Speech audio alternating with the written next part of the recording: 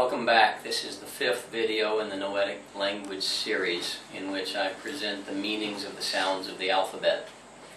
In this video, having talked about the attachment of sounds to parts of the human body and having learned then that the human body was the elemental dictionary, I worked for some years before understanding then how is it, on what basis were words formed.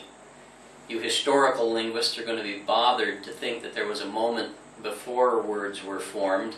I'm not describing what I know to be historical fact. I'm just describing a phenomenon that most of the words in the Arabic or Semitic base were formed using a default syntax. And that syntax was that when the sound comes first in the letter, like the fa and fa'al, which is always used in Arabic as a basic verb, when the sound comes first in the letter, it's performing a verbal function.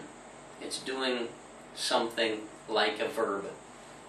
When it comes second, what the linguists would call medial in the three-consonant root, it is doing a supporting role on that first verbal function.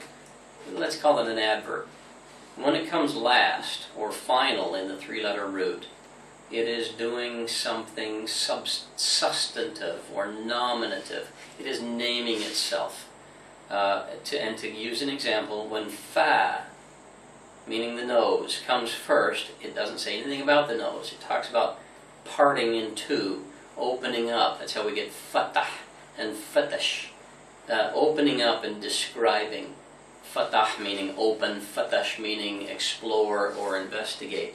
When it's last in the word, it never means that. Instead, it means F as the furthest point forward on your face.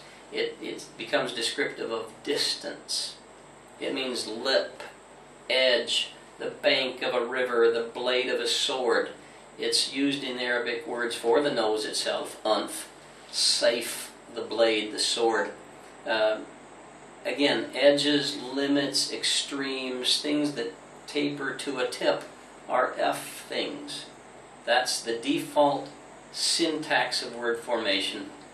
Verb, adverb, and noun of object being then, for you linguists, a verbal predicate.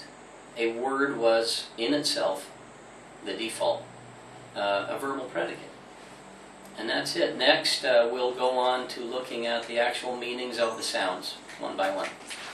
Thanks for being with me again, and goodbye.